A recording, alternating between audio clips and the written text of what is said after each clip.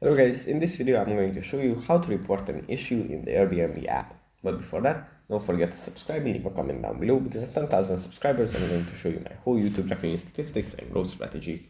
So without further ado, let's just jump right into it. First we have to open up the Airbnb app. And here it opens up in the Explore page where we have some rooms and some deals. From here we have to tap on Profile.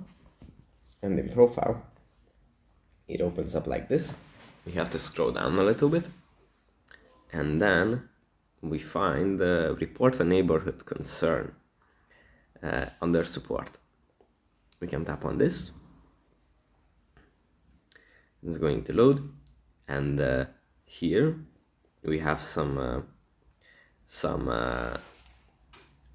options to choose from. We can request a call. We can report a concern, or we can get in touch by tapping on the Contact Us button.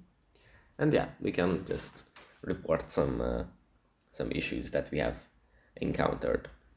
So that's pretty much it for this video. Hope it was helpful for you guys, and I'll see you in the next one. Bye.